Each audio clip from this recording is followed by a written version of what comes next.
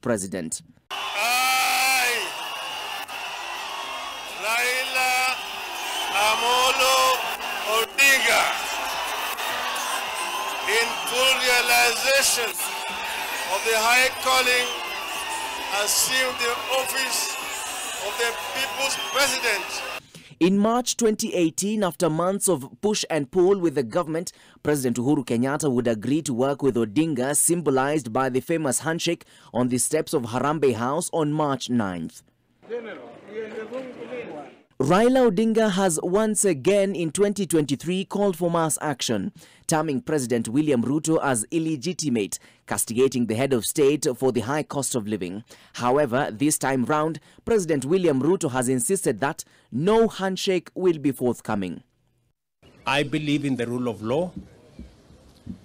I do not believe in the handshake stories.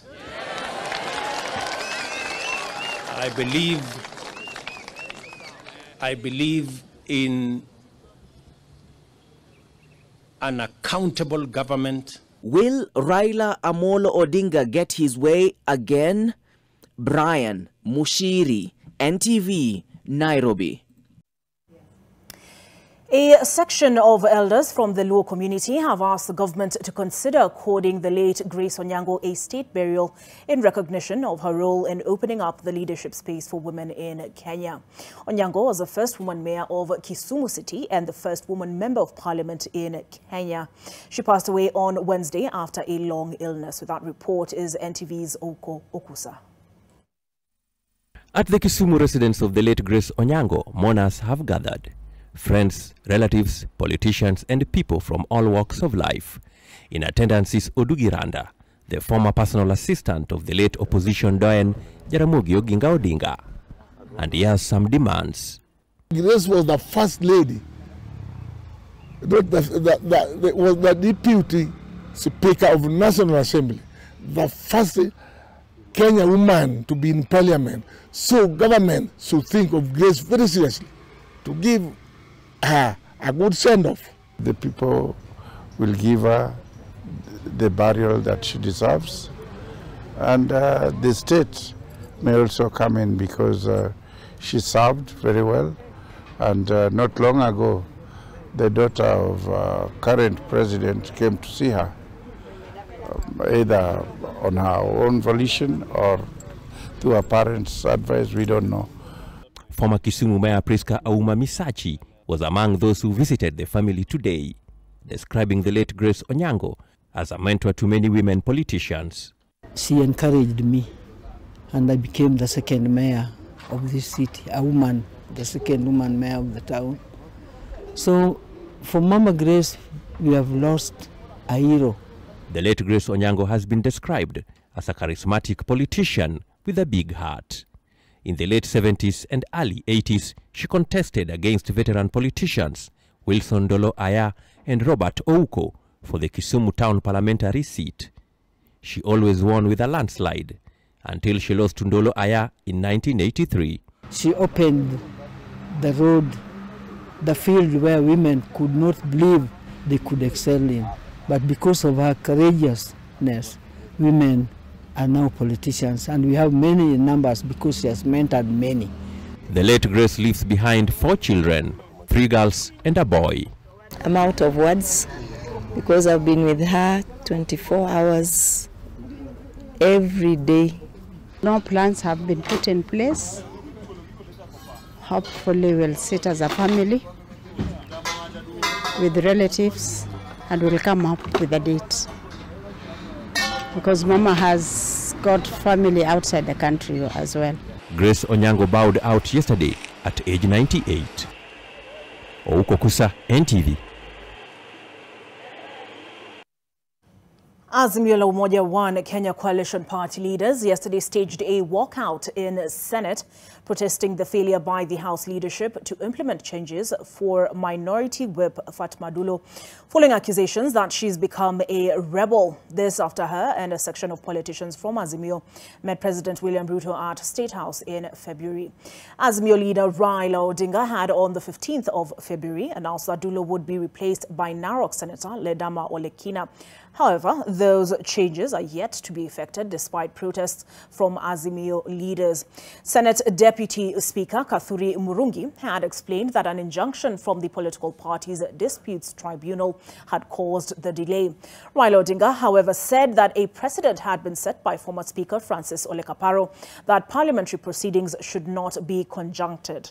Odinga has accused the Senate Speaker Amason Kingi of meddling in party affairs and asked him to respect Azimio.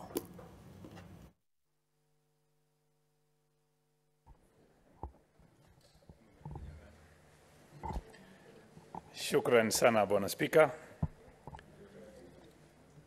Ningependa kushukuru. Asante Mheshimiwa Spika kwa kunipatia hii nafasi.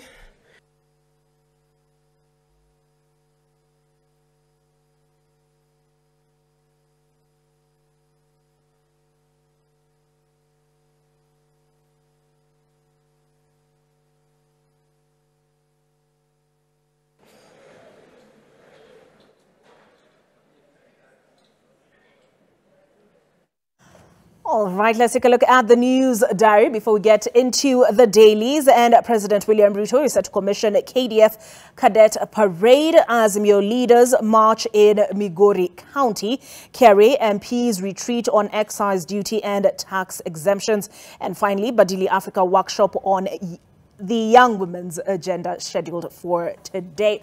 All right, let's take a look at what is on the front pages of the dailies. Given we are at the Nation Center, let's start with the Daily Nation. And on the front page of the Daily Nation, this is the headline. That is the image. Raila Odinga dressed in paramilitary gear. In fact, I can see their labels on there. One says Ishawe Zekana. The other one says Baba. The headline is Campaign of Defiance. Opposition chief announces, quote, massive procession set for Nairobi on March the 20th, which should be 2 Mondays from now, or the second Monday from this coming Monday, on the 5th anniversary of his truce with former President Uhuru Kenyatta, which took place on March the 9th. Azimio leader Raila Odinga yesterday upped the pressure on President William Ruto, announcing the start of nationwide mass action and launching a political, quote, political green revolution against the president. Reasons for mass protests: 1, the high cost of living, blamed on withdrawal of food, fuel and education subsidies. 2, overtaxation, that is killing businesses, impoverishing families and damaging opportunities for investment. 3, attempts by government to single-handedly reconstitute the Electoral Commission. 4, Kenya Kwanza administration amassing powers by weakening the legislature, executive and judiciary. 5, importation of GMOs that advance multinational interests. 6, nepotism in state appointments and selective sackings in civil service. 7, creation of unnecessary and unconstitutional offices in public service. And finally, on this list, on the front page of the Daily Nation, attempts to divide country along religious and sectarian lines. So that is front page of the Daily Nation headline story. But I also see on the front page CSs to appear before House in new changes. Cabinet secretaries will now appear before the National Assembly every Wednesday afternoon to answer questions from Kenyans after MPs approved amendments to standing orders. More on that on page 5 of the Daily Nation. At the very top here, I read graft. Donor demands refund of stolen 40 million shillings. The National AIDS and STI Control Program engaged in fraudulent and collusive practices during the selection of hotels for program activities funded by the Global Funds. Now, that is also on the back page, or rather the full report on that is on the back page of the Daily Nation. And I see an image there of the Ministry of Health Afya House. Some have referred to it in the past as Mafia House. All right, let's take a look at the front page of the Business Daily. And their headline story is this. Let me just grab my hard copy. Homes to face higher sewer water bills in World Bank deal. State wants to raise 45 billion shillings from tariff rise. Water firms to cover 150% of costs with hike. And this report by Dominic Omondi reads as such in the first paragraph. Water and sewage costs are set to rise under new World Bank-backed reforms aimed at helping debt-ridden service providers raise 166 billion shillings for expansion and upgrade of aging networks. The World Bank, in a new report, has disclosed that the government has identified a package of reforms that will help to mobilize part of the additional financing required to meet the country's target for water and sanitation. Costly loans beckon as government paper rates hit record levels. This report is by Kefa Mwiruri. Homes and businesses face costly loans as the government steps up borrowing from the domestic market, pushing returns on bond and treasury bills to record levels. On the ticker, Kenyans cut spending on luxury as high inflation keeps families awake. Kenyans are reducing spending on luxury items, toys, electronics as they chase bargains to deal with the unrelenting inflation that is eroding purchasing power. And then I see, still on the ticker, pay TV providers risk fines over service outages. Pay television service providers, including StarTimes, DSTV, Zuku, and GoTV, risk fines of up to 10% of their turnover for violating consumer rights, including persistent service unavailability. More on that on page 6 of the Business Daily. And let's see what the opinion piece is highlighted on the front page this morning. And on page 9 is this one by Jaindi Kisero. A quote here: "We have been in a regime where policy has elevated promotion of private investment in the sector above delivery of affordable power to the ordinary man and woman." Okay, that is the Business Daily. The best part of the mornings for me is take a look at the front page of the Taifa Leo. I see again Raila Odinga, an image of him in paramilitary gear there. And this is the headline: Raila azindua uasi. Kiongozi wa Azimio la Umoja One Kenya, Bwana Raila Odinga, jana alizindua rasmi uasi kamili dhidi ya serikali ya Rais William Ruto baada ya makataa ya siku 14 aliyoipa kukamilika Jumatano usiku. And they explain, such as the Daily Nation has done, the reasons Azimio has given for this mass protest. And I see at the very top there, viongozi wa Azimio wasema kilele cha uasi ni Machi 20, huku wakiwasilisha salamu ya Rais mstaafu Kenyatta. And then I see here Kindiki atoa onyo kwa wazuao fujo, asema taasisi za serikali ni lazima ziheshimiwe na Wakenya wote. And then still front page here is Ukur Yatani, a man who's been under fire in recent days. Ufichuzi wa Yatani waibua joto nchini. Kenya Kwanza ya laumu serikali iliyopita kufilisisha nchi. And Mama Grace aombolezwa. Raila, Governor Nyong'o waomboleza Mama Shujaa Grace Onyango. She was the first woman MP in Kenya. Let's now take a look at the front page of The Standard. Let me zoom in here. Okay, and their headline story is this: Raila set for protest, but Kindiki says try. Grabbing my hard copy here, I can read a little bit more detail there. Azimio leader says the grand demos have started with March the 20th climax in Nairobi, but Interior CS says he will have none of that, daring Raila to disrupt government services and face the full force of the law. More on that on page 4 of The Standard. I see here maize millers shut down after subsidy delay. Small and medium-sized millers have closed down after government delayed refunding money spent under maize subsidy program. And at the top there, I see they pay tribute to Grace Onyango. Grace Onyango, pioneer woman, takes final vow. And new school uniform rules to rattle sector. MPs want counties to have distinct colors for uniforms and to standardize the price, where to buy them, and quality to ease parents' burden. Front page of The Star finally, and we'll find out the newspaper review with this. Kindiki to Raila: you will be met with full force. Azimio strategy consists of defiance, protests, boycotts, and peaceful sit-ins. The image on, big image on their front page is one of Eugene Wamalwa, Jeremiah Kioni, Kalonzo Musyoka, Raila Odinga, and others behind them, but also on the front page, I see an image of Kindiki himself dressed in uniform. And what it reads here is "Total War Exclusive. We shall crush the bandits," says Interior CS. The government is going flat out to crush bandits and secure parts of the North Rift. And secure parts of the North Rift are already classified disturbed and dangerous. They've done this before in an exclusive interview on Wednesday with the Star Interior Cabinet Secretary. Kithure Kindiki hinted that full-blown disarmament is in they tell us, they're leaving us in suspense there, and have told us to refer to pages 4 through 5. I think that's pretty much it. Mass action to start with Grand Street protests on March the 20th. All right.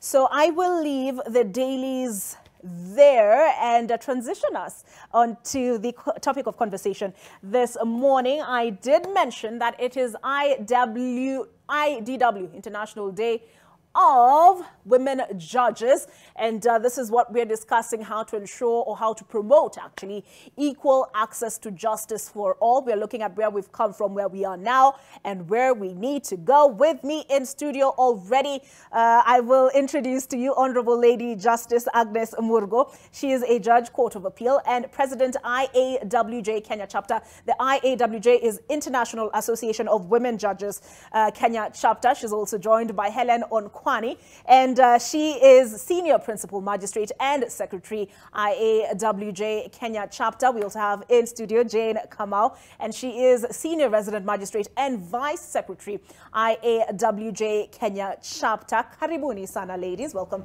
to the NTV studios. Perhaps I'll start with you, Honorable Justice Agnes Murgo, and you could tell us what this International Day of Women Judges is all about. This is the second commemoration, annual commemoration, if I read correctly.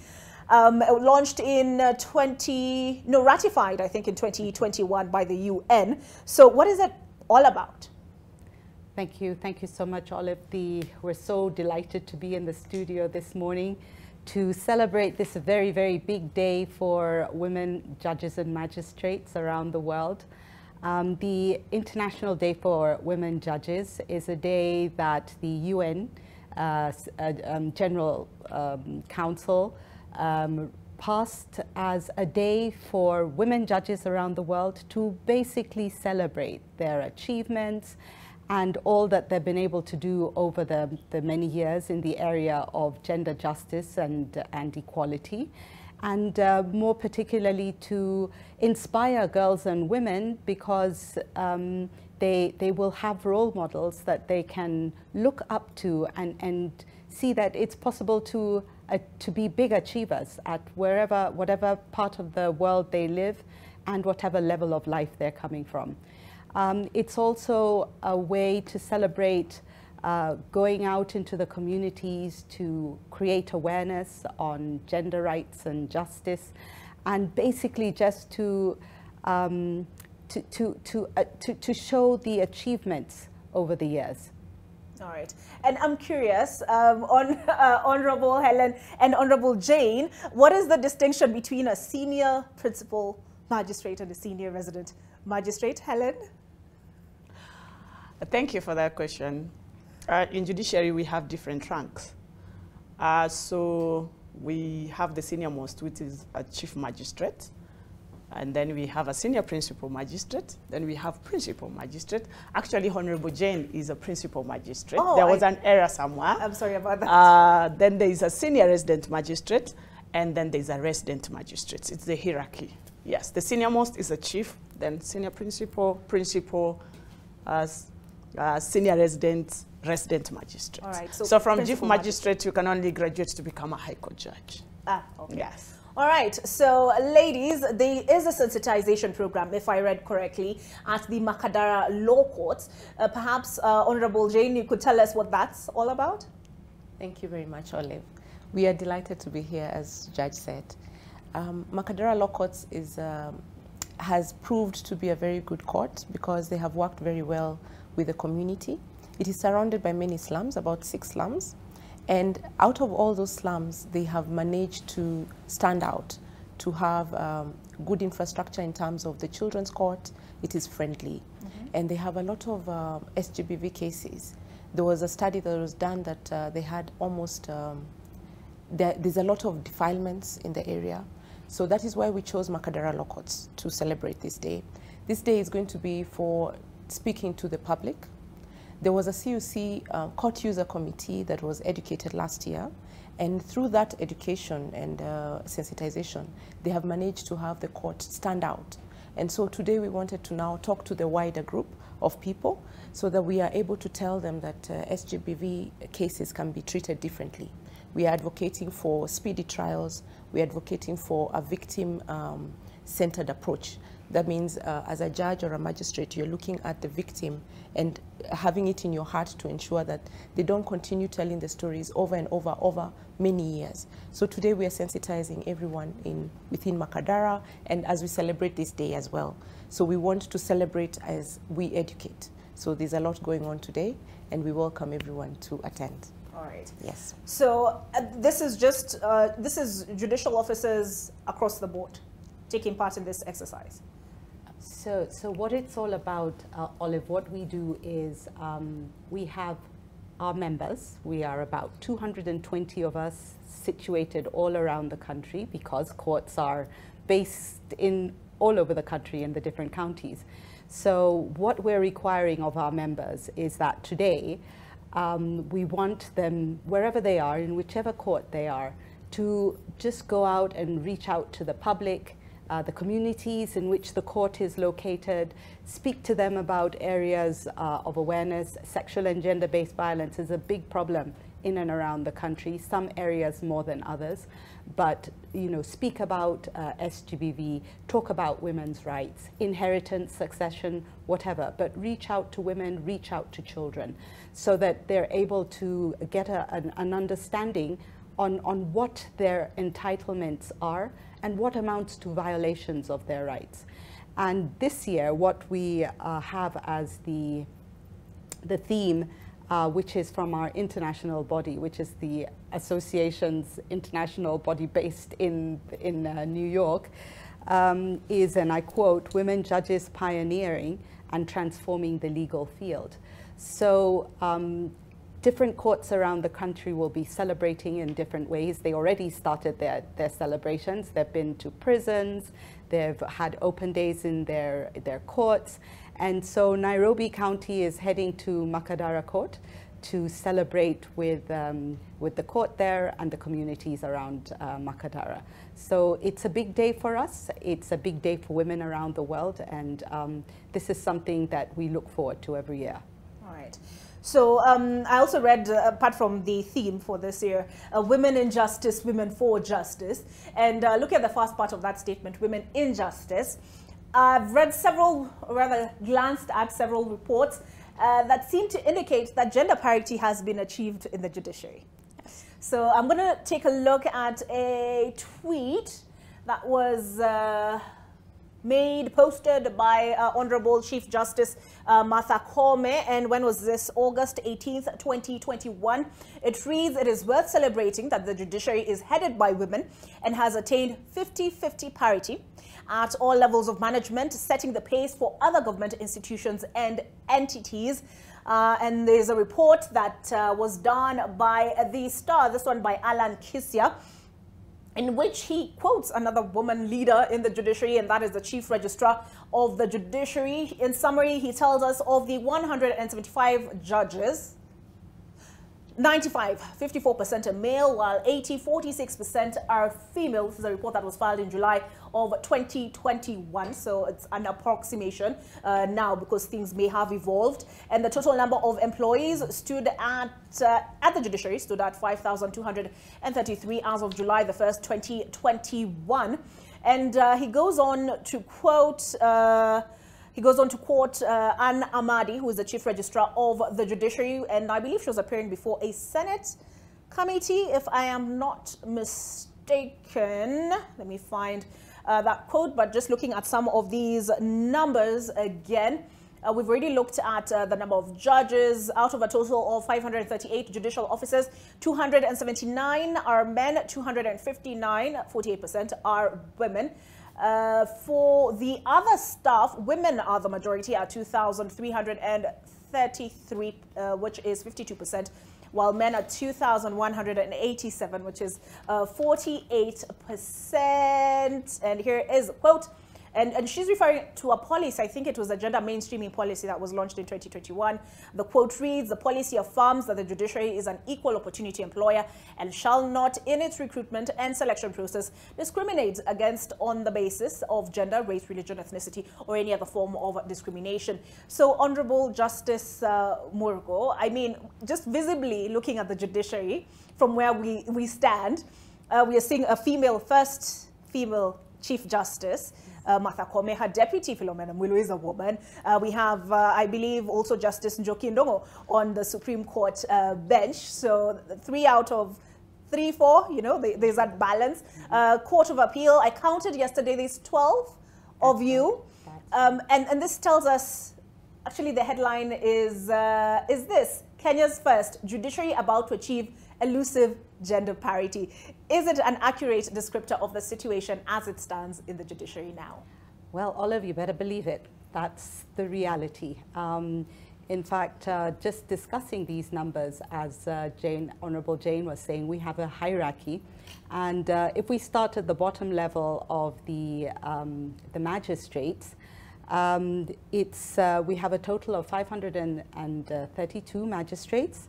And better believe it, Olive, we have 240 male magistrates and 292 female magistrates. So we've tipped the balance at the magistrate level. And this, when you compare to the early 90s, we only had 1 woman magistrate in the judiciary. So this was Lady Justice Effie Owuor, and she talks about her days as being the only lady in the judiciary. And she said when Lady Justice Joyce Alwach came for an interview, she told her, "You must come into the judiciary so that we can be 2. And imagine where we are today. We then had Lady Justice Roslyn Nambuye. And so we've made great leaps and strides in the numbers. Then at the High Court level, we have the different courts. And when you look at the Environment and Land Court, 22 female, 31 male. The Employment and Labor Relations Court, 9 female, 12 male. And the High Court at 39 female, 41. So the numbers are getting closer as as time goes on, and like you rightly say, 17 male and 15 and 12 ladies in the Court of Appeal, and then of course up to the Supreme Court. But yes, these numbers are quite amazing when you look at it from the perspective of where we've started and where we are today. So we feel that it's only upwards ever, backwards never. Because we have the numbers, and I don't think now that the door is open, we're going to let it close to more women coming on board. If anything, what they say is once you open the door to women, you know that there's going to be more women coming through that door. All right. So, Honorable Helen, why is it important to have women on the bench? Thank you, Oli, for that question. We are here, and I think you can attest to the leadership of the judiciary. We have women at the top.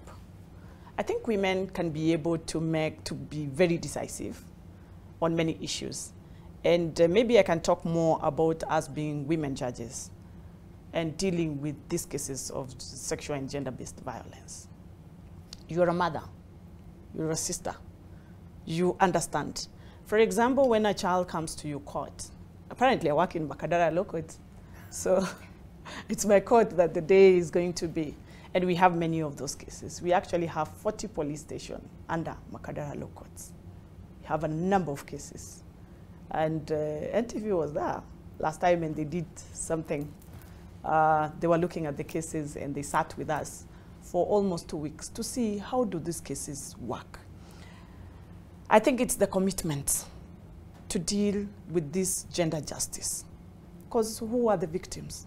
Majority of the victims of sexual and gender-based violence, it's the women. Of course, now we are seeing the boys coming in, but it is like 0.01. But mostly it is the women who undergo all these violations. So I think as a woman sitting there, it is my duty to ensure that this person gets justice. For example, a child who has been defiled. You're looking at it, how do I give even these dates for the hearing? I want to give dates when they are not in school. So I have to consider, even if my diary is full, I will consider that day when it is a holiday so they don't miss the school days. I will also consider that I want them to be had quickly so that they can get out of the system. I also want to consider, do they need medical care? Sometimes we get even different cases where, for example, a woman has had a miscarriage. Actually, they're in court, they're sick. Olive, here, this is an accused person. They're in the dock, they're supposed to go to Langata, isn't it? I think as a woman, you will understand what a woman will be going through, isn't it? Having maybe brought children forth and you understand that procedure. When this woman is standing there and telling you, I had actually a miscarriage, I did not abort. So for me, my first duty will be, I'll look at this lady, I think she needs fast medical care.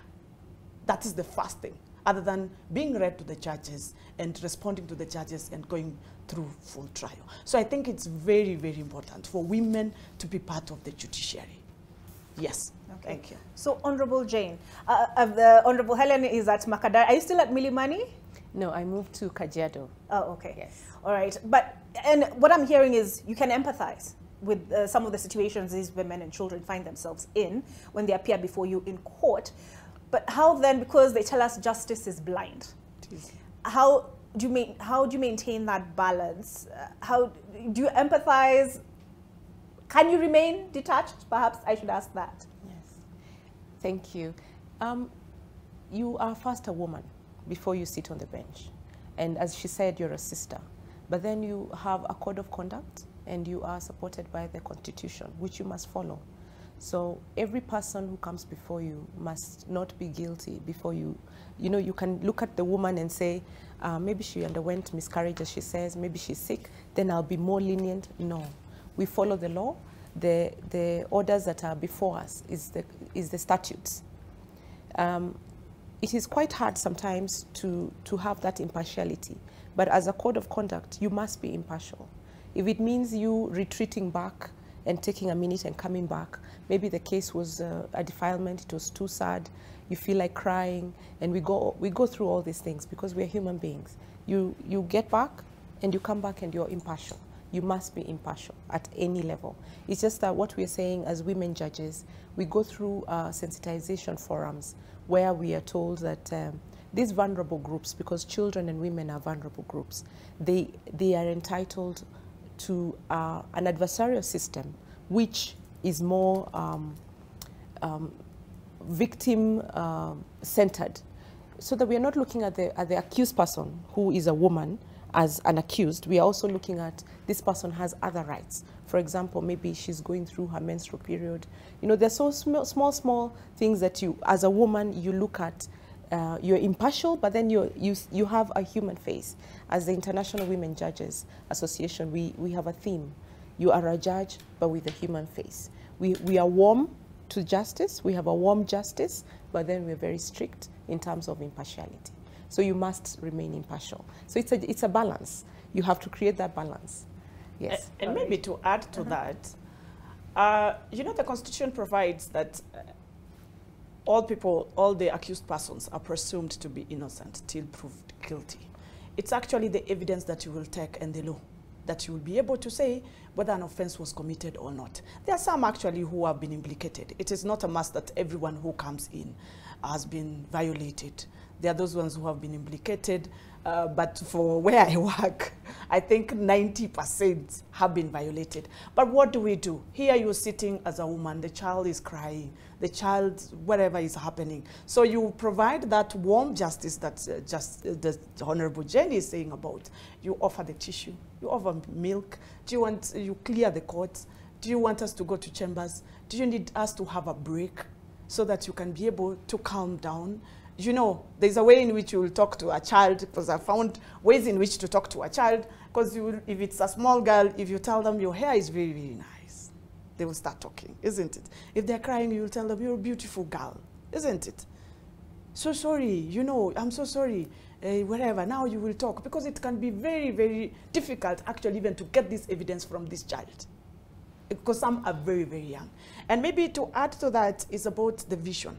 What as we are trying to do as women judges is we are trying to help our Chief Justice to implement her vision on social transformation through access to justice, where we are looking at the vulnerable who are forgotten for a very long time. When everyone comes to court, you know you are being dealt like everyone else. Like now we are going to have it in Makadara. We are looking at the strategies through the CUC, and I think Judge President is going to explain more about what the CUC is all about. How do we make these people comfortable? Because, for example, we have the courts and we don't have facilities where, for example, you have a different holding room for a victim and the accused. They're all here in court. This is someone who perpetrated maybe this victim, isn't it? And they don't want to see them. And maybe they're from a safe house. And here they are in court, they're entering through the same door, they're sitting in the same court, and then they are proceeding with the hearing. Sometimes they go mute. Thank you. All right, so we need to take a break, but we will come back with what is, given the situation you're describing, what then is a specialized SGBV court? Why, you've explained why Makadara for this sensitization program today, although it is happening across the country with your members, 220. So what sets it apart? The first one is in Shanzu. Why Shanzu? And also, what you do does not happen in isolation. You're part of a system. Mm-hmm. So what reforms then also need to happen with the other actors in the justice system so that the end goal of equitable access to justice is attained on the other side of this break?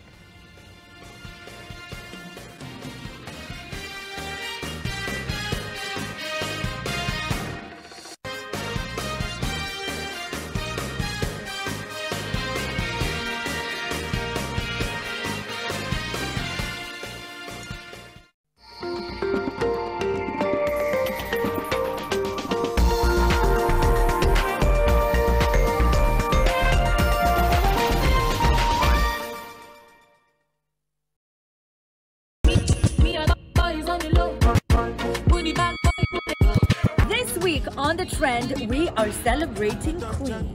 I'm the only Somali female comedian. Mnipigia makofi pia mimi. Shida ya wanaume amcooperating. Ukiona bibi yako ananona pia wewe. Nilianza debate na nilichaguliwa kwa debate club and I won best speaker in Mombasa. Yo, sura sana hapo utatekwa mami, si atina chocho utatekwa utatii. All show long, we'll have an all-female lineup. You don't want to miss that. It's all going down this Friday only on NTV. I'm feeling vibes on The Trend in association with Showmax. Karibu sana. Are you ready? I'm here for the tea, honey. Nibembeleze. Watu wanasemanga nimemkalia. Na ni ukweli nimemkalia na matako zangu mbili. Sawa? Usiniita punda, punda ni wewe. Umenizingira na pepa, sina budi kukuabudu. Tena umefanya ninameremeta, umejawa na utukufu. Nasema asante, nasema asante, nasema asante, ewe Mungu wangu. Nasema asante, nasema asante, nasema asante, ewe Mungu wangu.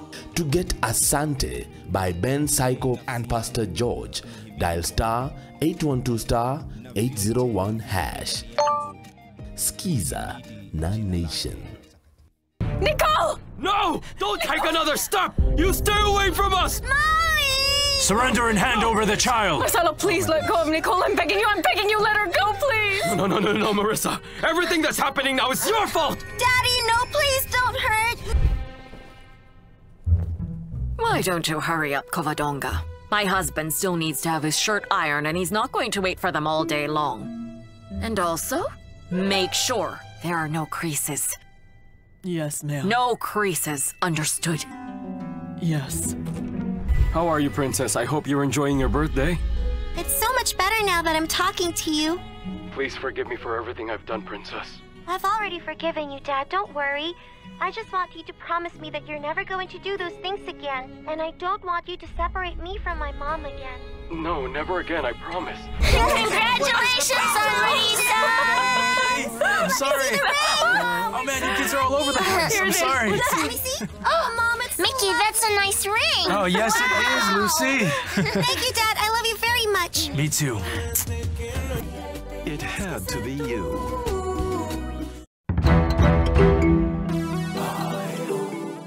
Sasa mimi ni Muistlando. Yeah. Next on Daring Abroad. I was among the 18 Kenyans who first came to Jersey. Lucy Ngema, the pioneer Kenyan hospitality worker in Jersey Island. I was trained in Utalii College as a chef. Also from the home of the Jersey cow. A day with the dairy farmer as he shares how technology is transforming the sector. We have apps on our phones so we can monitor the health of the cows. This Saturday at 7:30 p.m. on NTV. Shield your families from germs. When Dettol is a part of every household bucket, then you and your family can stay protected from up to 100 illness-causing germs. Everyday use of Dettol keeps my loved ones protected. This week on the best of, we are going to Barcelona, Spain. Hey, Barcelona. Yeah, Barcelona. These kids are becoming international very soon. Where you train is as important as how you train. I like it because the ground is softer. Yeah. I just feel more comfortable in this pitch. Green means go for it as opportunities abound. We are planning to go to the UK. In July. And we kick off from the right kind of surface. This stuff is good because as you can see, it's smooth, it's well leveled, no injuries. We pitch the pitches on the best of football turfs.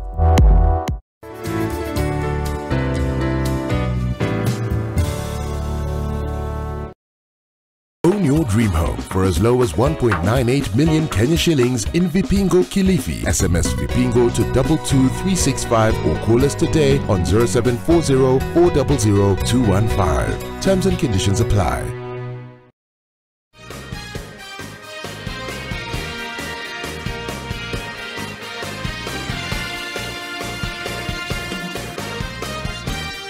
Welcome back to AM Live, and we are commemorating the International Day of Women Judges. And there is something called a gender mainstreaming policy that was launched at the State of the Judiciary at the same time as the State of the Judiciary report that was in 2021, but this was in 2021. This is actually the image that's on the poster this morning. There she is. I can even read here, gender mainstreaming policy, Honorable Justice Agnes Murgo. But before we went on break, we're talking about SGBV because we looked at women in justice. Now we're looking at women for justice. You are women for justice. And we had a SGBV specialized court opened in Shanzu. Perhaps Honorable Justice Murgo, you could explain what distinguishes it. So for the SGBV court in Shanzu, that was the highlight of the International Day for Women Judges last year. And the association had always been pushing to have specialized courts for SGBV because the numbers are increasing, and we're finding that they were getting bogged down with all the other matters, the other criminal matters that are going through the court. And we asked the Chief Justice Martha Koome, wouldn't it be brilliant if we could have an SGBV court set up in Kenya? And she said, why not? That's common sense. So she was doing some work down in Mombasa, and she said, we'll launch the SGBV court in the Shanzu Law Courts for the day for International International Day for Women Judges. And that's exactly what happened. But the other part of it too is the number of SGBV cases in the coast. If you look at their culture and the patriarchal society and just the kind of traditions that they have there, it tends to exacerbate the cases of SGBV against children and girls along the coast. So the numbers continue to increase, and we thought, why not at Shanzu Law Court? So it's supposed to be a first of its kind court in Kenya, but not the last. And we're hoping that we will be able to launch more of the courts around the country, the SGBV courts.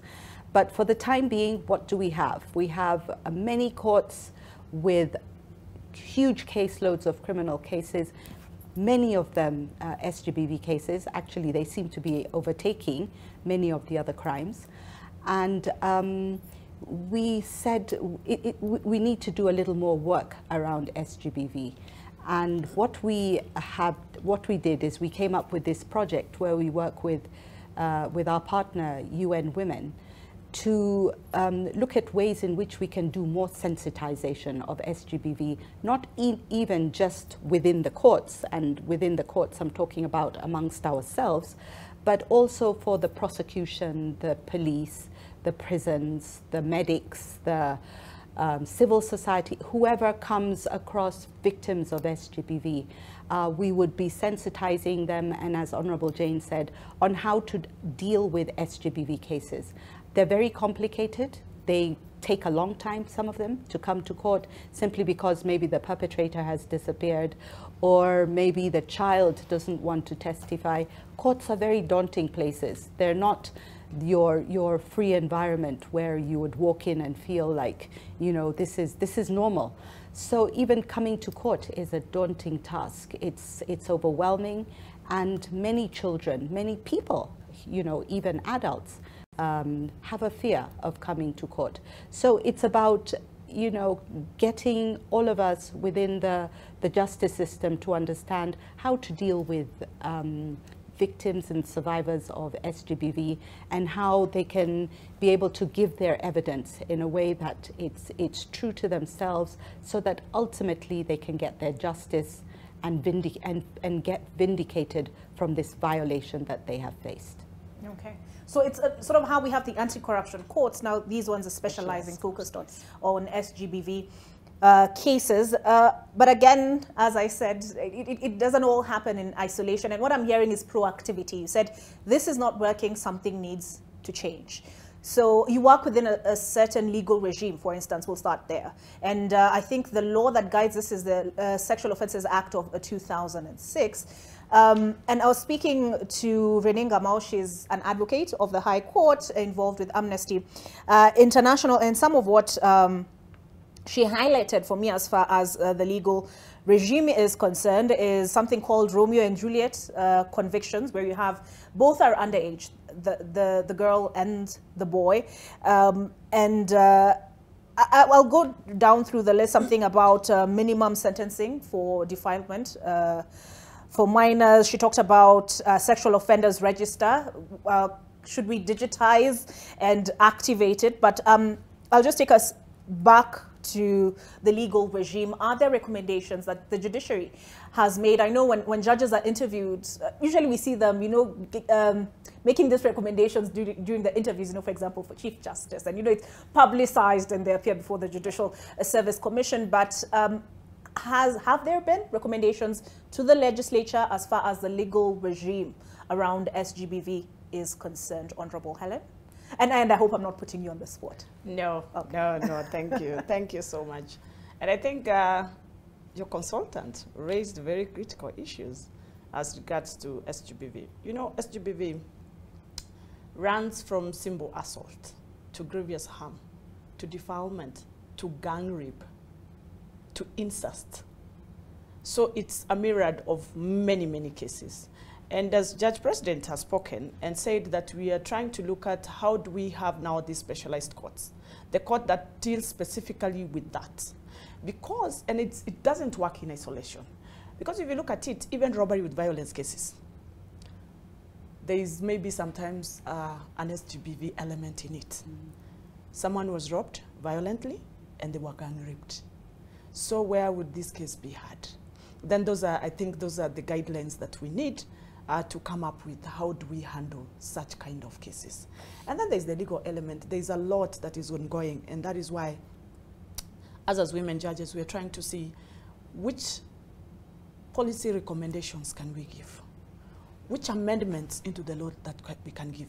Because what we keep on asking ourselves, we have the laws. We have the minimum mandatory sentences.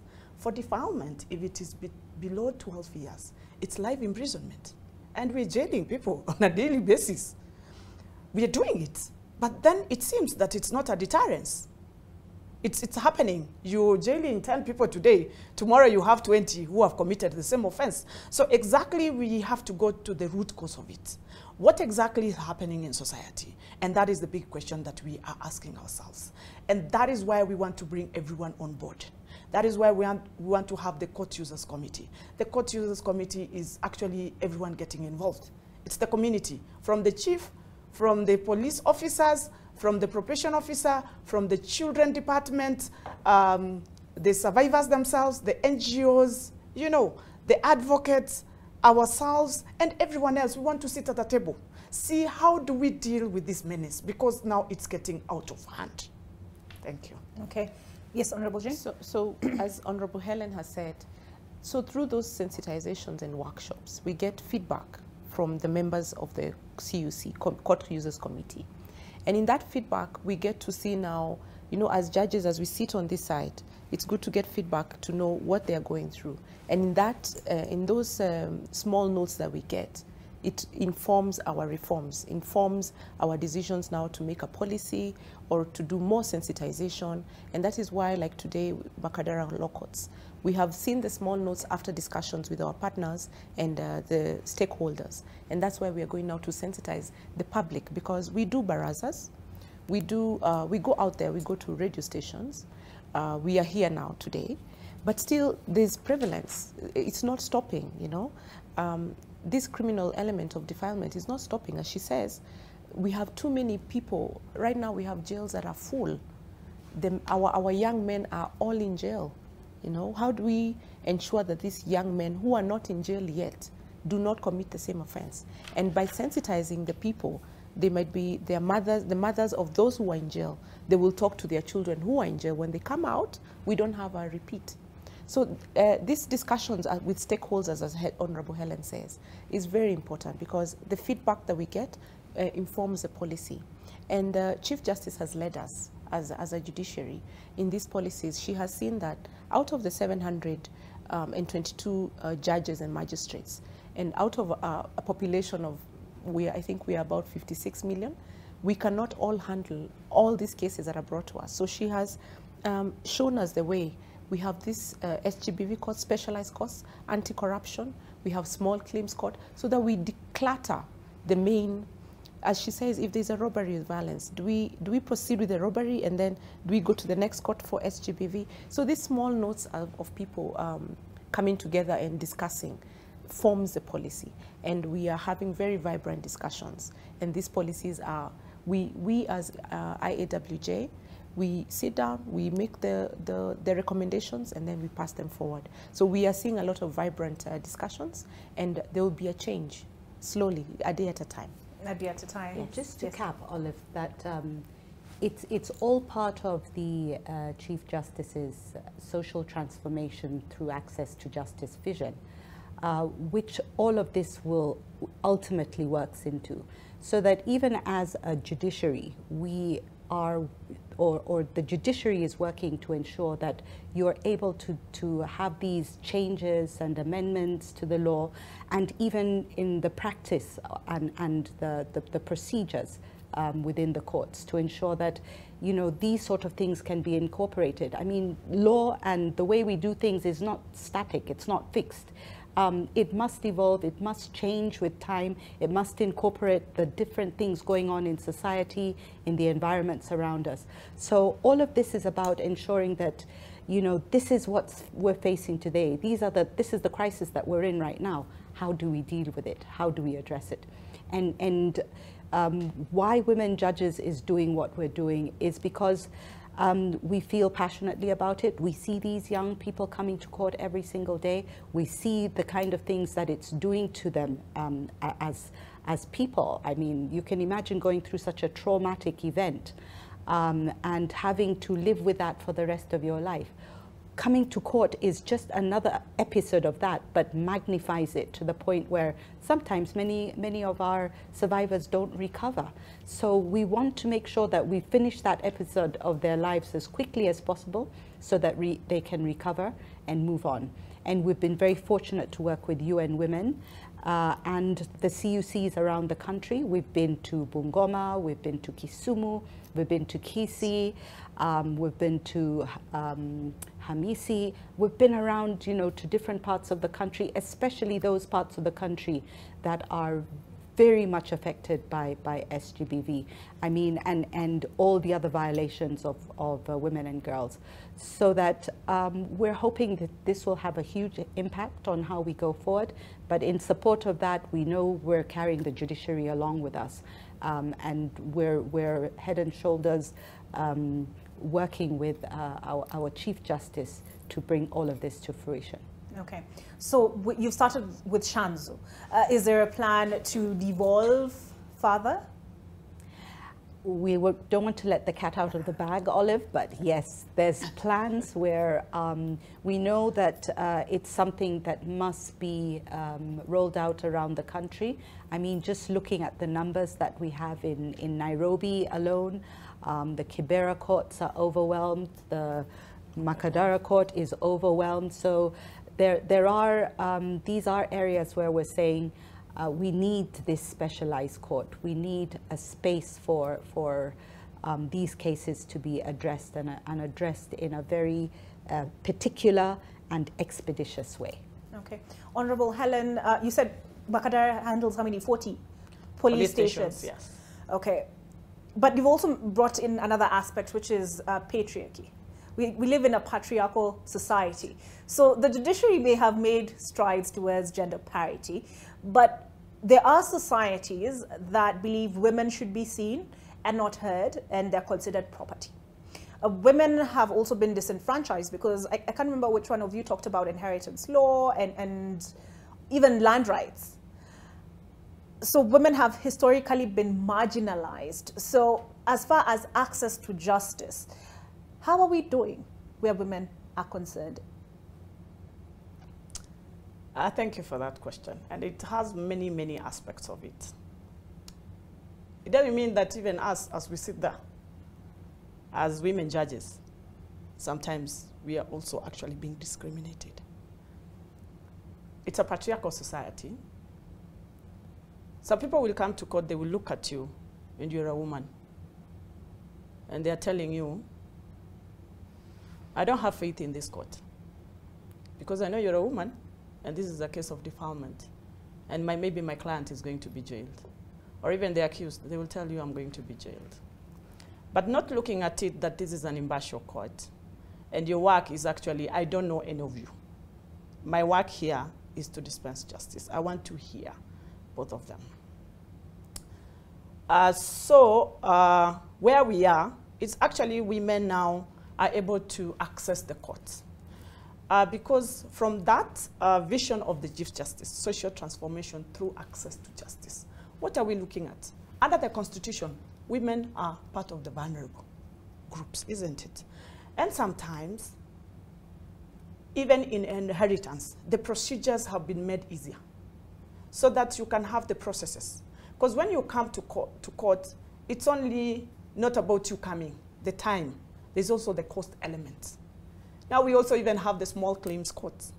So if you have like a small matter, then you have to be heard, and I think a decision has to be made within 90 days. So you are done. You are out of the system completely. There are all these procedures gotten out of it. And you asked a very critical question on what policy and maybe recommendations have we made to the law so that we can deal with these issues. We have sections of the law which make these matters to stay in court for a very long time. And in our various courts, we usually sit even as colleagues. We have our own meetings other than the CUC and all that. Even when we sit at the CUC, we have discussions, how do we fast track these cases? Like, for example, there's section 203 of the CPC, the Criminal Procedure Code, where it is a right for an accused to be informed if, for example, a magistrate has been transferred, for the case to start de novo. De novo means it starts afresh. For example, this child testified when they were 5 years ago. I've been transferred from Kibera, I'm now in Makadara, I'm taking over the matter. I'm informing them that, you know, it is your right to elect whether the matter is to start de novo. And this is where our fight starts. Then they tell you, yes, I want my matter to start afresh because the judge who was hearing me was a different one, and you are different, and I want you to hear me. But they forget that this is a court of record. The record is here, isn't it? Of course, there are exceptional circumstances where you can allow the matter to start de novo, isn't it? Where there's availability of the witnesses, where the case has not delayed for a very long time, isn't it? But in sexual and gender-based violence cases, and this is the discussions that we're having with the Court Users Committee, is that we want to minimize re-traumatization, because you who is a victim repeating this story again and again and again, it is actually reviving the memories on exactly what happened. And from our work as women judges, on the cases of Romeo and Juliet, decisions have come out, especially from the High Court. There was a decision by Justice Helen Omondi about Romeo and Juliet. And in that case, actually, the ODPP, the prosecution, has taken it up. And when they are actually the age gap, for example, it is 14 and 15, 13, 15-year-olds. The boy maybe is 15 or wherever. So what happens, they actually recommend for them to take it to diversion. That is one of the strategies. So that because these are all children in need of care and protection, they don't have to be in the system. They need to be guided. They need to be counseled. So they come to court and make an application that these are children in need of care and protection, and we need to divert them from the system. We also have the sexual offenders register. Immediately a conviction is done, the photo is taken, the details are sent to the office of the chief registrar. If anyone is going actually to look for the job, I believe this is one of the issues that everyone else who is employing someone, they need to check whether they are sexual offenders and whether they are in the register before you can even get any job in this country. Thank you. All right. Honorable Jean, you have something to add to that? Yes. Okay. As we said, we are a patriarchal society. And as IAWJ, we are pushing forward to have mentorship programs, especially in those areas. For example, I work in Kajiado. It's a very patriarchal society. I sit there as a woman, a young woman for that. So if an old man comes to court, they're looking at me first as a woman, and then I'm young.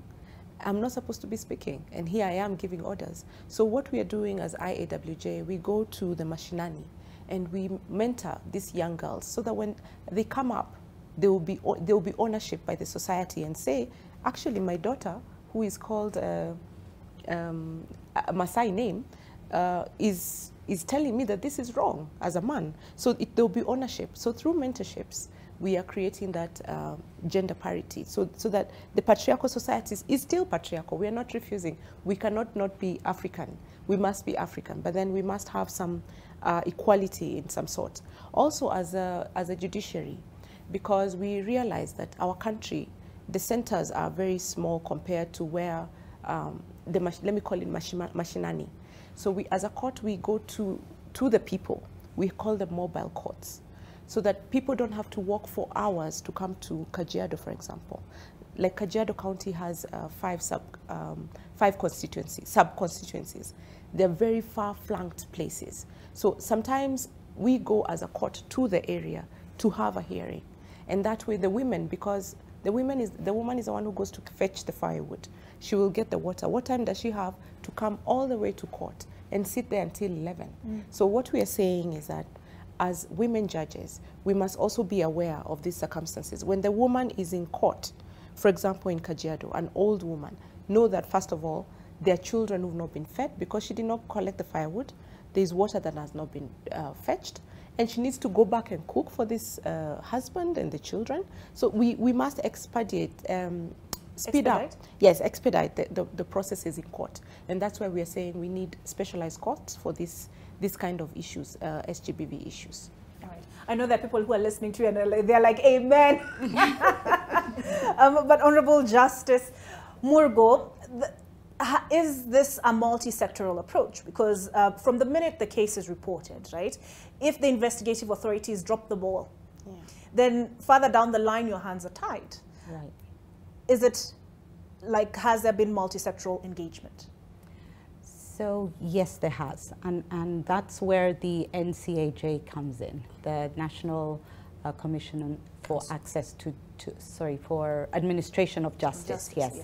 So the Chief Justice chairs that commission, and that's where you have all the heads of the different justice players. So the DPP sits there, the IG, the head of prisons, and it's a very, very all-encompassing commission with all the necessary actors.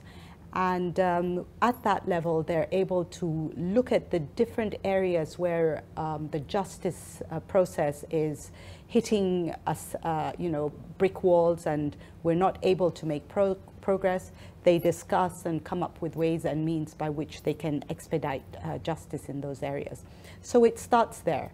And with what flows down from NCAJ are these CUCs. And the CUCs are, the court user committees, are the NCAJ at court level.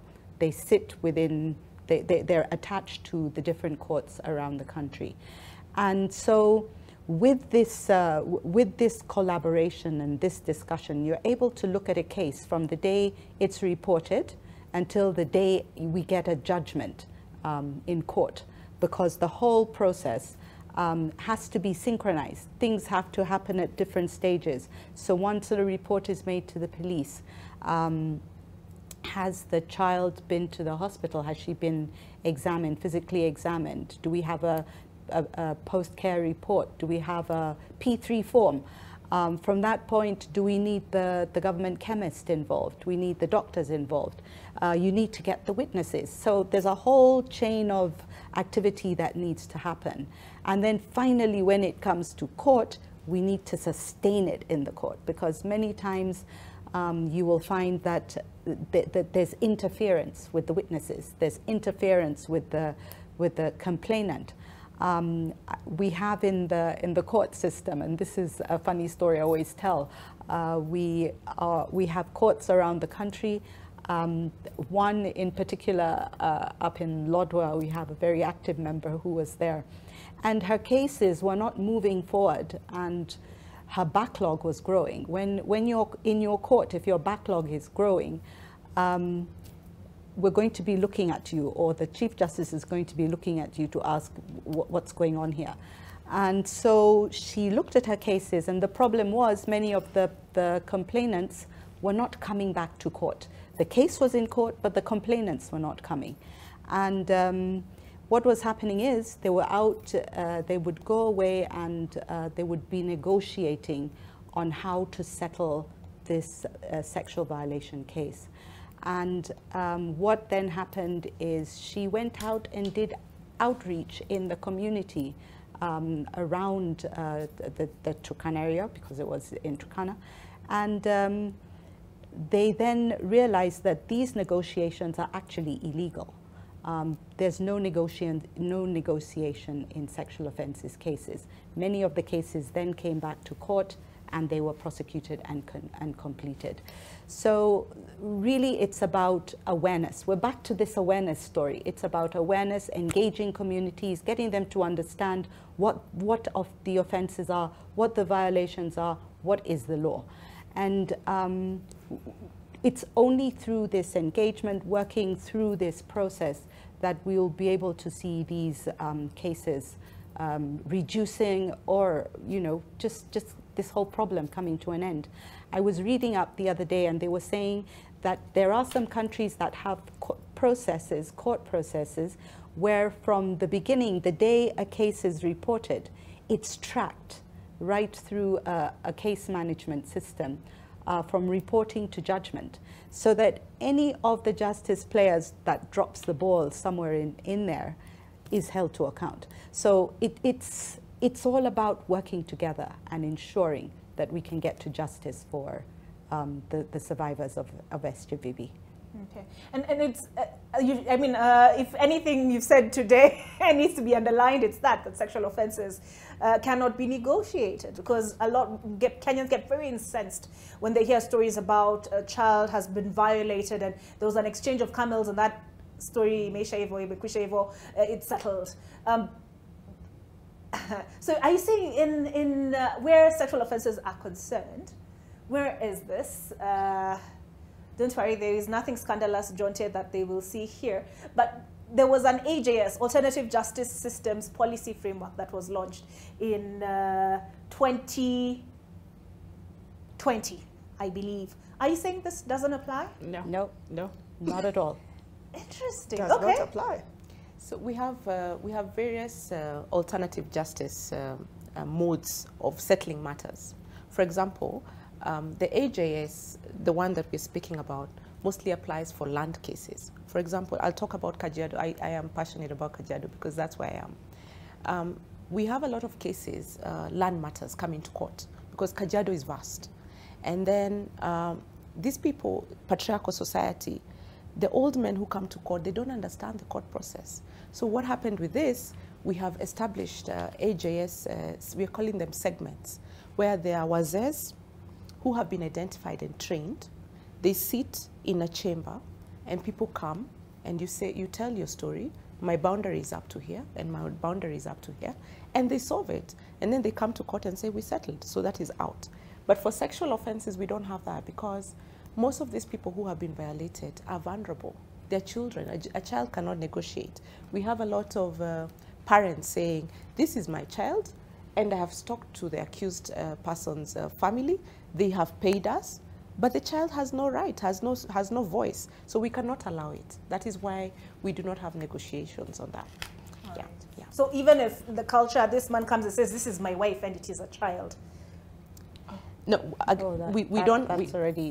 already right child, wife, no, not same sentence. All right. No, yes, yeah. no.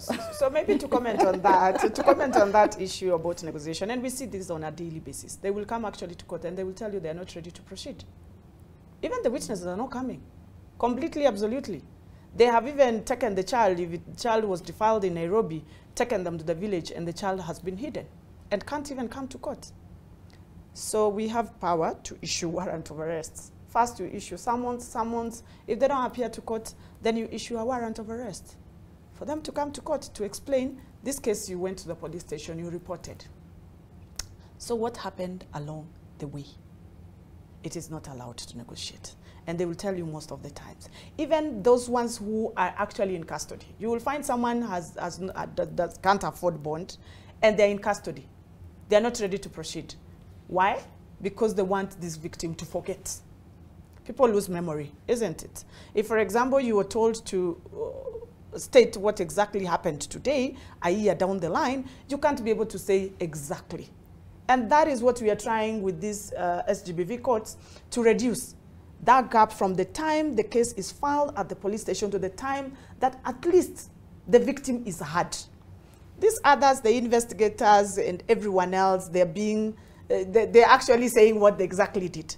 But we want the victim to tell us exactly what happened at the earliest opportunity before you lose that evidence. And maybe what Judge President didn't tell you here on the issue of performance management, she's the boss. So she comes around to check whether we have done our work, isn't it? And you asked me about the ranks, what is a senior principal magistrate and all that. For you to move from one rank to the other, you have to have done your work. And cases, as per the Chief Justice, cases which are 5 years and above, it is actually backlog. So you are supposed to complete your cases within a period of 3 years. Also for me, what the public out here and even the advocates and everyone else don't understand, I also have a target. I need to move up. I need to add more money, isn't it? I have to hear my cases. And if the witnesses are here, so we have to minimize on the adjournment. And I'm very proud to work under the leadership of my Lady Chief Justice. Because when we went to our colloquium, she said that actually say no to adjournments. These cases need to proceed and get out of our system. because it's blocking many things. Because we have different cases in court. There are those ones which are blocking even the finances which needs to come out for people to spend so that there's money circulating in the economy. Thank you. All right. And on this one, we were in Kibra. So we were, I can't remember which, I think we were celebrating how many days of it? It's normally 16 days, 16 of days activism against SGBV. And we met ladies from Kibra. And one of the ladies on live television, she gets up and she says, I live with an abusive man. I cannot read and I cannot write. So I will work. And then when I ask him to transact M-Pesa for me, he steals from me. So she says this on live television. Of course, the concern is, it's already out there. Is she going to go back home to her abuser? Because this is somebody who's now willing to speak up. But then her options are limited in terms of resources and all of that. What is the supporting infrastructure that that is needed to accompany the specialized SGBV courts? She talked about you appear in court with your abuser. What if you're going back home to your abuser? Things like safe houses and all that. What needs to happen at that level? So thank you for that question, Olive, because that's going to be the whole purpose of the SGBV courts. We are advocating to ensure that they have all the correct infrastructure around them, to ensure that the court can proceed in a way that it takes into account this victim and all the witnesses, as well as the perpetrator.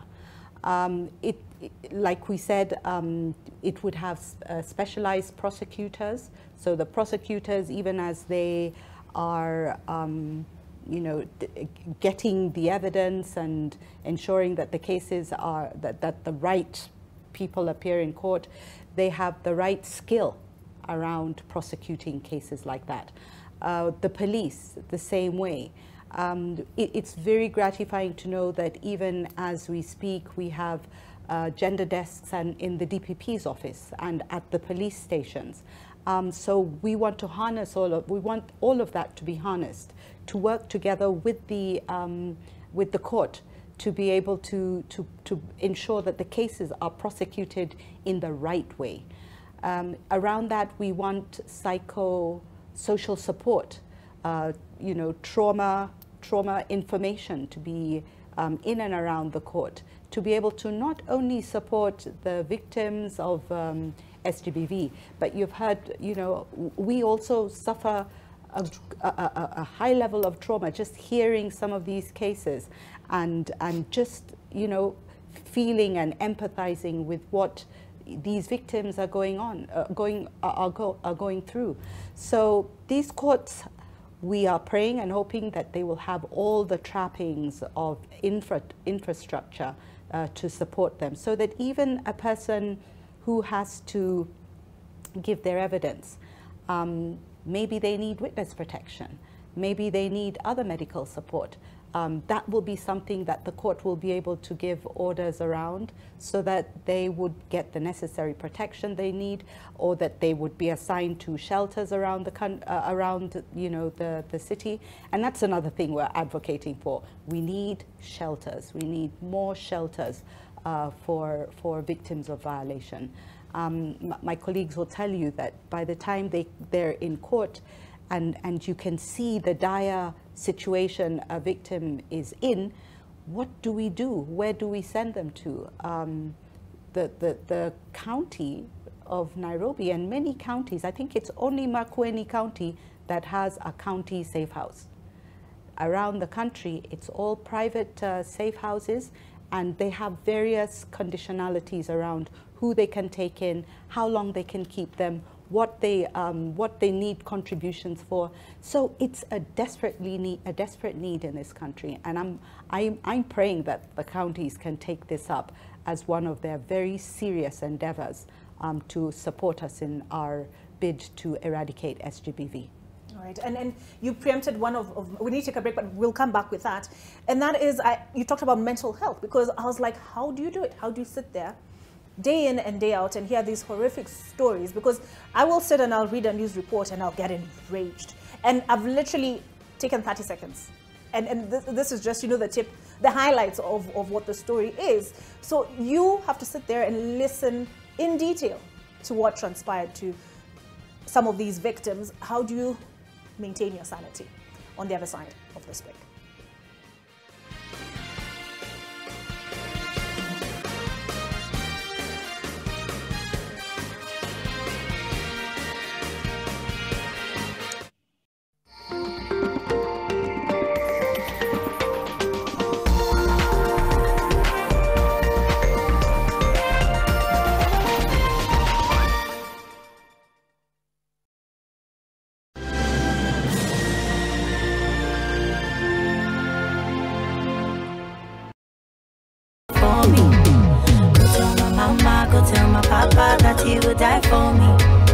Hey yo, what's up, Republicans? They call me the Trendsetter right here in Dania Teen Republican. This week's episode, guys, we are appreciating our girls, our women, on International Women's Week.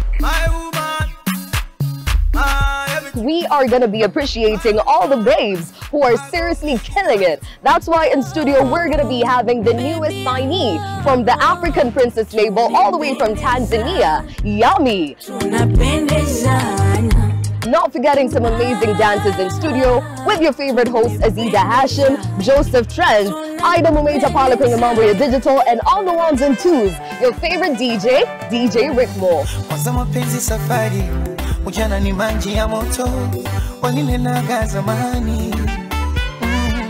Teen Republic in association with Fanta. What's over? Busy biters, get down to snack business. When snacking is under attack, we'll be there to fight back.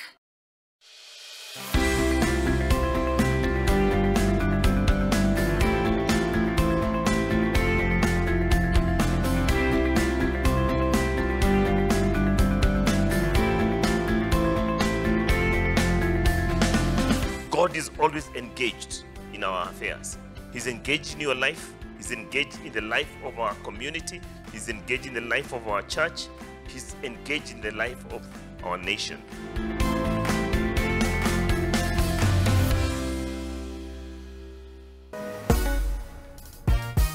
Say like 2 Sundays after Easter, an ordinary conversation ya madem wametoka church. Tell me if this sounds right. Aki, I still can't believe Yesu wa Tongareni amenikufia.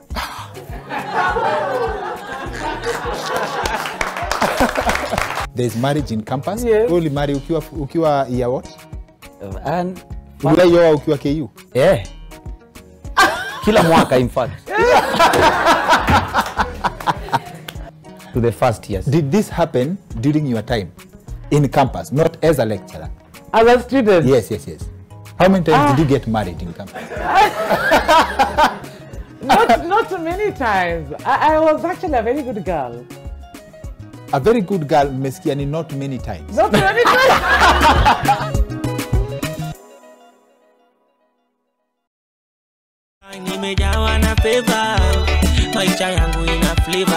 God has been faithful and gracious to each one of us, and I believe we all have a testimony. I'm highly favored. What is your testimony? Join us this week on Crossover as we hear David Wanda's testimony alongside an incredible man of God.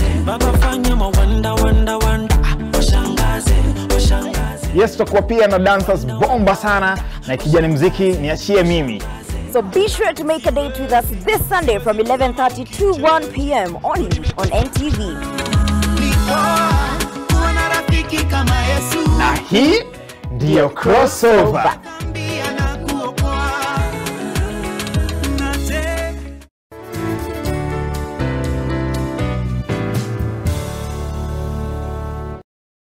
Own your dream home for as low as 1.98 million Kenya shillings in Vipingo Kilifi. SMS Vipingo to 22365 or call us today on 0740 400 215. Terms and conditions apply.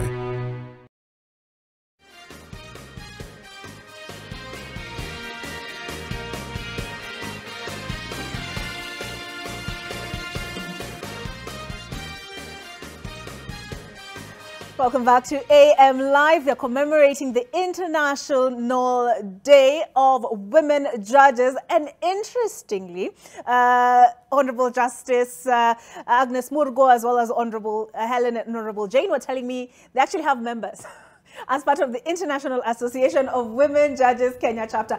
I'm laughing only because I'm astounded. It's not something you'd expect. Honorable Justice Murgo? Yes, Olive, we have male members of the judiciary who are some of our members. We have 5 of them who have signed up and joined, and they pay their subscription and they're on top of things. And for us, this is a good thing, because all it means is that we're able to use them as our advocates for against or promoting gender justice and equality within the patriarchal society, so that in the end we have this conversation going on not only with women but with men as well. And I think it takes 2 to tango. We need the men on board, because it's through them that we will be able to ensure that we can achieve our equality and justice. All right, and we'll get also to the point of how did you guys make it work? Because other arms of the executive, we talked about an audit when we were on break, right? You carried out an audit, and I was asking, how did you guys get it right? Other arms of government are struggling. So we'll get to the point of how did you guys make it work? And you mentioned Justice Effie Awuor being the first female judge. And there's a quote here, and this one is from a story that was done on the launch of an Institute of African Women in Law report, and they also did a study of where things are in the justice system in Kenya, South Africa, and other countries, Nigeria. And a quote here, she says, "When we began, no one even thought a woman could do anything, let alone be a lawyer. We went to school and we were told there were only 2 jobs for us. You either became a nurse or a secretary. Look at how far we've come today." I think it's such a beautiful quote. It stood out for me. But Honorable Helen, Honorable Jane, how do you guys do it? How do you sit there day in, day out, hear these stories and maintain your sanity? Thank you for that question, Olive. It's a tough job. I have a daughter. She's 7. So every day, when I get home, she asks me, "Mom, which kind of cases did you listen to?" Sometimes I'm like, "Sweetie, I wish you didn't ask me this question, because I don't want to remember exactly what happened in court." And there's some of the things which I can't tell her. That, look here, today I was hearing this case of a 7-year-old like you who has been violated, who was sexually assaulted, who was done horrible things, isn't it? But it gives me that energy to try to tell her, you know, Mommy, these are the things. No one should be able to touch you. No one should be able to, at least they're learning in school about the private parts and all that. And that is what gives us the motivation, actually, to go out there. And we are doing a lot of sensitization. And that is why we really appreciate our senior judges. By the time we joined the judiciary, some of us were very young, we were in our 20s. And you are sitting there, you will be so traumatized. Sometimes you can't be able even to finish hearing the case. You have to take an adjournment. And that is what we encourage our members. Sometimes it really gets into you, hearing the stories. You are telling us you read for 30 seconds and you can't hold it in, isn't it? Trust me, I can tell you, and my male colleagues who are listening, most of them don't want to hear these cases. If they were given an opportunity, they will not hear these cases. And we are very proud that at least we have many female judicial officers who can be able to, you know, because I need to give justice. Sometimes I ask myself, if I don't want to hear this case, and it's a bad one, so who is going to give this victim justice? How is justice going to be done? It is a job, yes, but it's a tough one. Sometimes you need the grace of God. You have to pray every day before you go to that court. Like especially for us, we have designed on Wednesdays, it's the day for SGBV cases, because that is the day when we get the doctors to come to court. Trust me, my colleagues tell you, I don't want any meeting on a Wednesday. No one talks to one another. Everyone wants to finish and go home. But at least we have found mechanisms to cope. As women judges, we have debrief sessions. Many of them, when we have our meetings, we appreciate here our just president, because she gets us people to actually talk to us about mental health. isn't it? Because these things can really get into your head and change the mindset of society. But it does, because you really are scared. I don't want to be out late. I don't want to be anywhere where I feel it's not safe, it's not secure. Yes, but it's a job and we have to do it. Thank you. Okay. Honorable Jane? As she says, this is a tough job, but it's a calling from God. We look at it that way. Because when you hear these traumatic events, a whole day, a whole week, for years, 10 years, you're hearing traumatic cases, and they are all different. Each SGBV case is different from the next. And you are expected to be the sober one. Everyone else is crying in the court. You've taken a break, you come back, people are still crying, horrific. So when you go home, as she says, I also have children. I'm blessed with children, and it affects you mentally, because you become, unknowingly, you become very suspicious of people. You're very paranoid. Even when my children are going to play, I'm always peeping out the window, and who is he playing with? Why is he talking to that adult? Who is that adult? I've never seen that adult before. You know, just because of the things that you've gone through. My family members might not understand. They'll be saying, they make jokes, for example, in my family, and they say, I'm too controlling. Let the children just, you know, play. But it is because of our work. But the judiciary has, we have what we call peer review.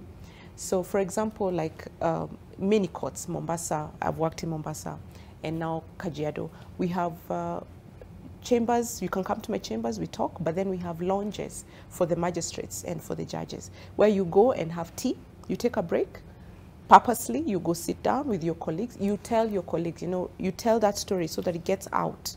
And then your colleague can tell you what to do or comfort you, and then you go back and then you're fresh. And we are also encouraged to take medical. We have a medical cover.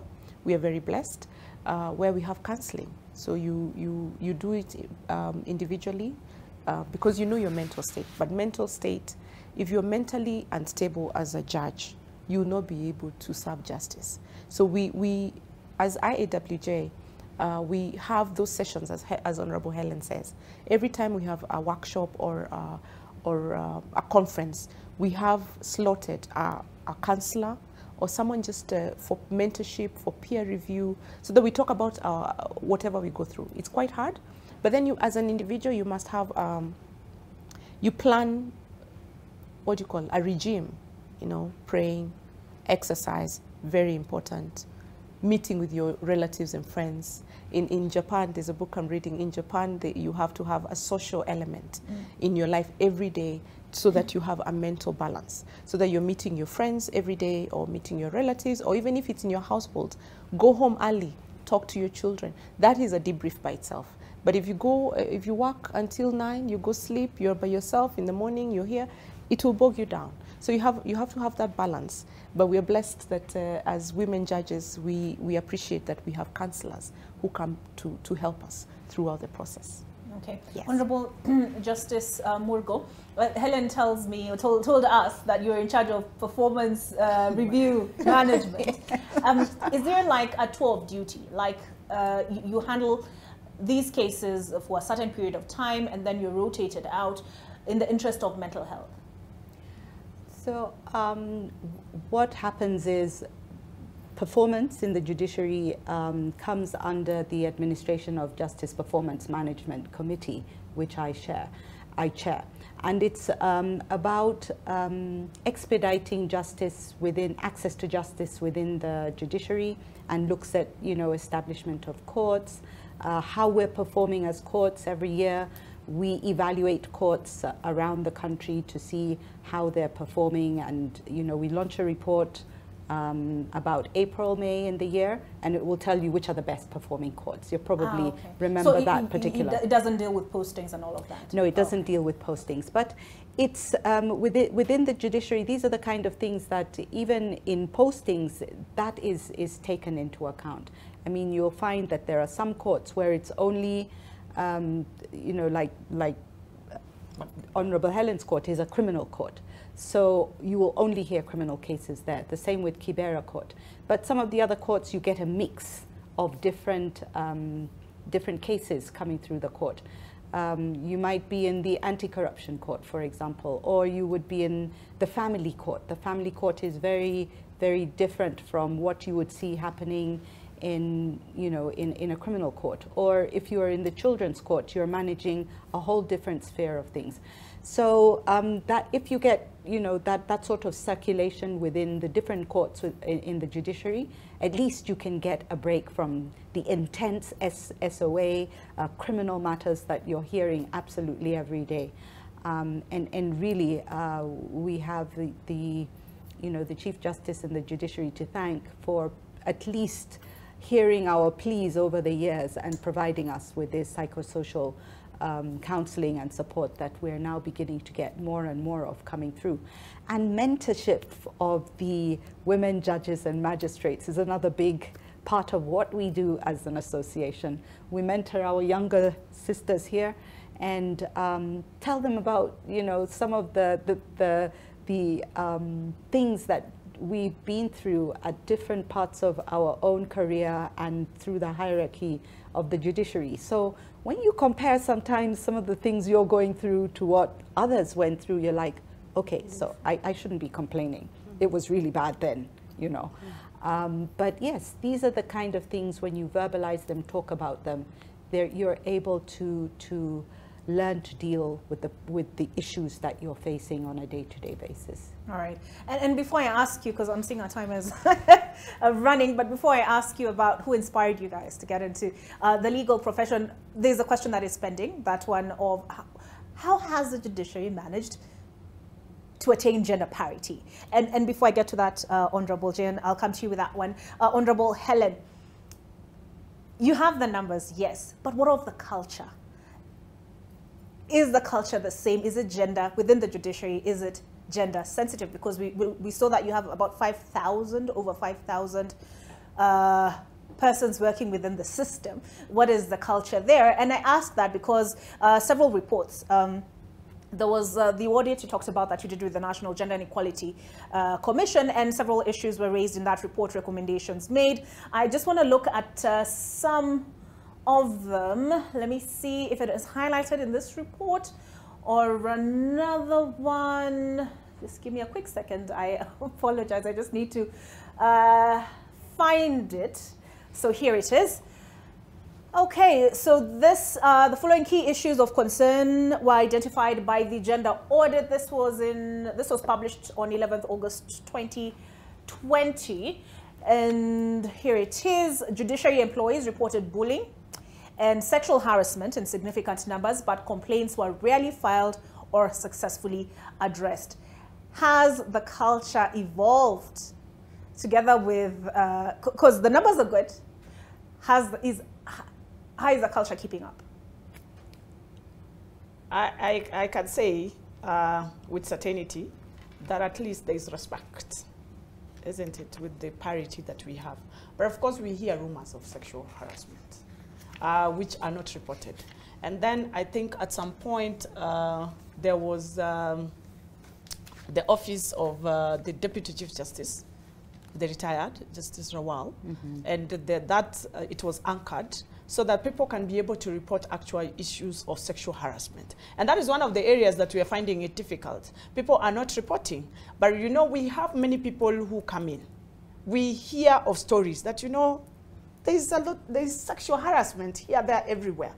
But you know, when cases are not reported, then what do you do?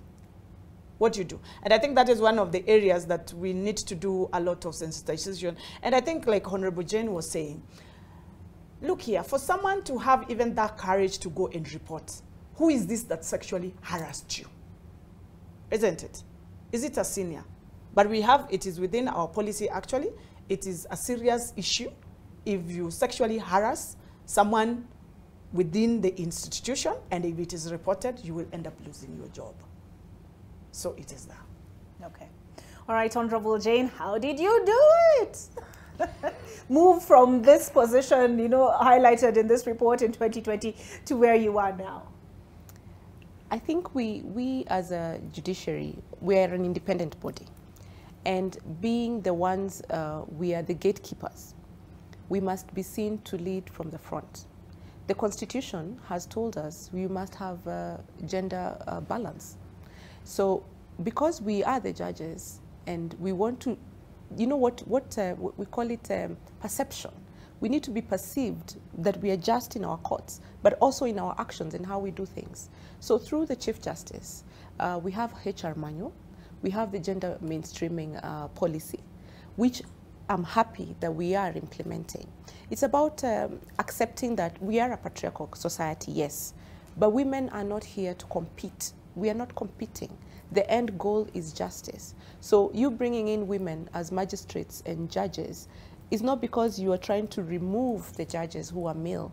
We respect our male colleagues. We actually work well together. But we are bringing the women so that we have that equality. And as we said, women judges are able to see vulnerability compared to the men judges. So it's even an advantage. So as a judiciary, we have embraced this concept that we are coming to bring justice to Wanjiko, who is down here, by bringing in women. It is not a competition. So by following all these policies and the law and the constitution, we've been able to manage. We are also seeking that our country, our parliament is able to embrace. I'm happy that we have the women representatives in parliament. That's a big step. Most countries don't have this. We have a whole dominant, like in India.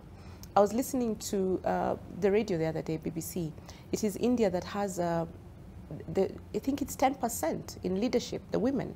In Japan, they have the first woman in the first province. It has a first woman mayor. Female mayor. I saw that. Yes, I saw that report on the BBC. She was cycling to work. And she was cycling to work because she's trying to show these people that I am with you, I'm one of you. Because if she drives to work, it's going to be perceived, oh, now you've gotten the job. And she was elected by male. So the women in the world are here to make the world a better place. And our male counterparts everywhere in parliament, in counties, should not see this as a competition. It is a collaboration to make it a better world. So as a judiciary, we are happy that we have embraced this. And we are hoping that it will transform into parliament, it will form into the executive, and into smaller, even in churches, we want women to be in key role positions. Right. Yeah. And it's about that time when I ask you that last question, which is, who inspired you to get into the legal profession? I'll start with you, Honorable Justice Murgo. So, Olive, I come from a family of lawyers, and my father was a judge. My father was an attorney general. My father was in the law. I have uncles and other members of my family in the law. So my father was a huge inspiration for me, and he was very much supportive. Well, not even supportive. He completely encouraged me to be a lawyer. He wanted my brother to be a lawyer, of course, but my brother was like, the law business, that's not for me. So I guess the next best option was his daughter. I come second in the family, and he gave me all the support I needed to become a lawyer. And I suppose I've followed in his footsteps and also become a judge. All right. How about you, Honorable Helen? Thank you, Oli, for that question. For me, I'm a last born in a family of 19 children. My dad is polygamous. So how did I end up becoming a lawyer? When I was in class 7, I got 100 marks. I think it was GHC or something. So our class prefect, we had gone for sports day. We come back the following day. He had the papers. I had gotten 100. So he gave me slaps, asked me, how did you get 100? I cried. The mother was a teacher. The father was a chief.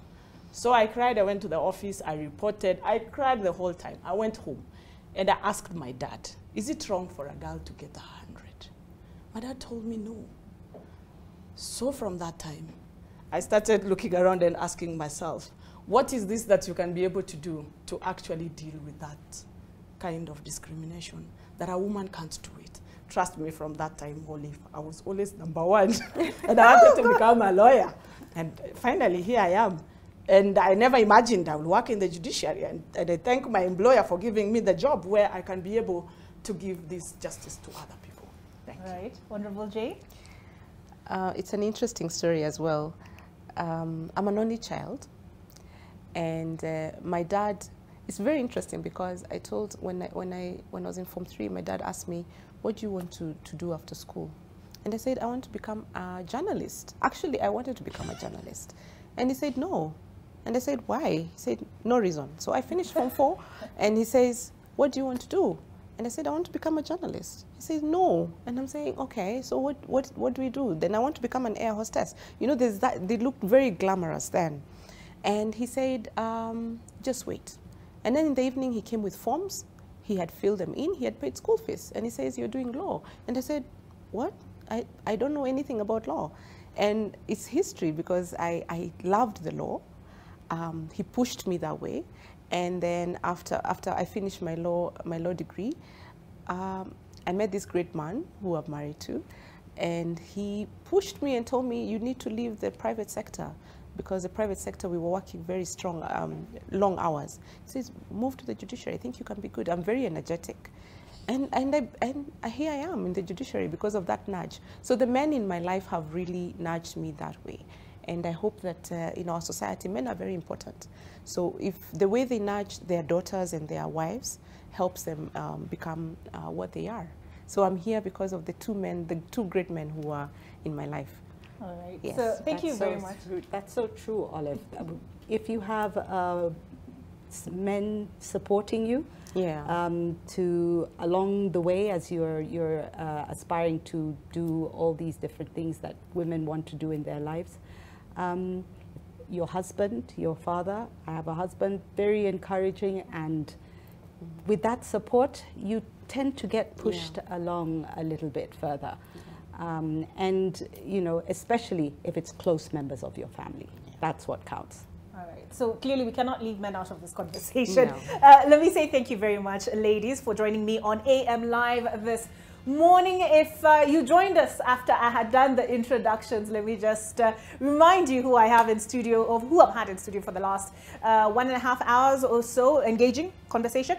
We've had Honorable Lady Justice Agnes Murgo, and she is a Judge, Court of Appeal, and President, International Association of Women Judges, Kenya Chapter. And next to her, we have Honorable Helen Onkwani. She's Senior Principal Magistrate and Secretary IAWJ Kenya Chapter, and Honorable Jane Kamau. She is a Principal Magistrate and Vice Secretary IAWJ Kenya Chapter. My name is Olive Burrows. Have yourself a wonderful and appreciate your women judges today. It is the International Day of Women Judges. Good morning.